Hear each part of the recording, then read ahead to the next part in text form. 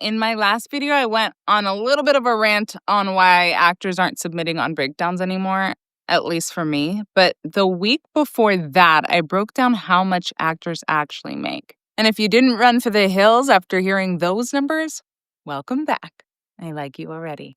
I want to answer something that might be a little hard to confront. What are the real odds of becoming an A-list actor? And I'm not just going to hit you with stats. I'm going to tell you about the day I got to sit on the back of a truck trailer chatting away with Brie Larson before she was famous. So we're both on the same set for the day on the show. Perhaps you heard of it, Community. But what I didn't realize, we were running very different races. Let's rewind. I didn't grow up auditioning. My dad's from Guyana, a very small country on the top of South America, and my mom's from Jamaica. Both immigrants. Both raised me to follow the traditional path. Work hard, get a degree, find stability, and for Pete's sake, find a husband. So when I said I wanted to become a singer when I grew up, forget acting. That wasn't just unusual, it was terrifying. And because I didn't start acting as a kid, I got my first paid job, a one-liner co-star on The Bold and the Beautiful at age 25. I went to Christy Dooley's casting director workshop. No agent, no fancy reel. I just showed up as myself. So what is an A-lister? Let's break it down. An A-lister doesn't audition. They get offers. They can greenlight a film just by joining the cast. They star in tentpole movies, which is massive franchises like Marvel, Star Wars, Barbie, Dune. They're global brands, and they're the exception. Most working actors aren't on magazine covers. They're still building meaningful careers. And sometimes that's even better. But meanwhile, back on the set of Community, Brie and I were chatting during a break. Casual, chill. I had a large co-star, and I believe she was guest starring for the day. I thought we were the same, but Brie had already been putting in years of work, TV, film, music, you name it. And not long after that, she booked Room. And then Captain Marvel. That moment taught me something huge. Just because someone's breakthrough hasn't happened yet doesn't mean it isn't coming. So Brie started acting at 8 years old. Her breakout role came at 26. Marvel didn't happen until she was almost 30. That's 21 years of building. Me? I didn't even get traction until I was 25. No industry parents, no spotlight childhood, just me, a girl with immigrant work ethic and a dream that didn't make sense on paper. 2 timelines, 2 realities, both valid. Let's talk numbers. SAG-AFTRA, our union, has over 160,000 members.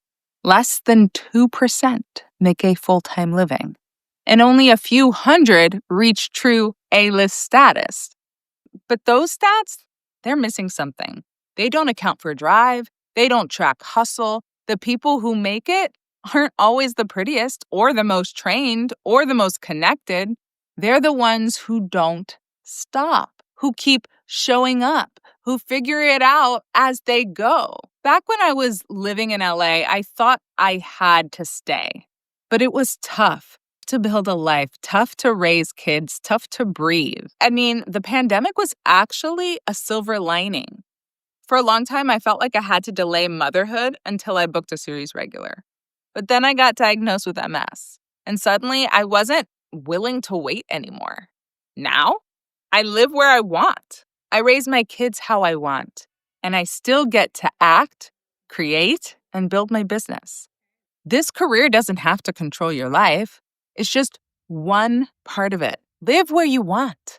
Have kids if you want. And if this pandemic gave us anything, it gave us a silver lining to have more freedom. You can have kids if you want. Live where you want. Be a nomad if you want. Just make sure you have the tools to build your own opportunities. It's not hard to see we're in a new era. One where you can create the value. Think about people like Issa Rae, who started with Awkward Black Girl on YouTube. Sydney Sweeney, who used social media to boost her visibility. Addison Rae, who turned TikTok into a Netflix deal. Mr. Beast, not an actor, but proof that audience is leverage. And Quinta Brunson, who started with memes and now stars in Abbott Elementary. See, the gatekeepers are still there, but they don't own the whole system anymore. The odds don't matter. So I want to continue to remind you that you are not behind. And you're not crazy. You're not too late. Whether you're starting at 25 or 45, you can still create your moment. But you have to stop waiting and start building. Talent doesn't always win. Hustle does. Entitlement doesn't win. Ownership does. And the odds, they don't matter when you create your own value. If this hits you, or if you're ready to stop hoping and start moving, I made something for you. It's called Your Branding Blueprint. I talked about it before. It's a rather inexpensive course that helps you figure out what makes you stand out, position yourself in the industry, start attracting opportunities without waiting for permission. It even comes with this really cute workbook so you can apply it in real time. I'm a straight shooter, and I will keep it 100 with you so that you can get results. The link's below. Like, subscribe, and send this to an actor in your life who needs to hear it. Because yes, the odds are slim, but your future, still fully possible. Comment below what you got out of it.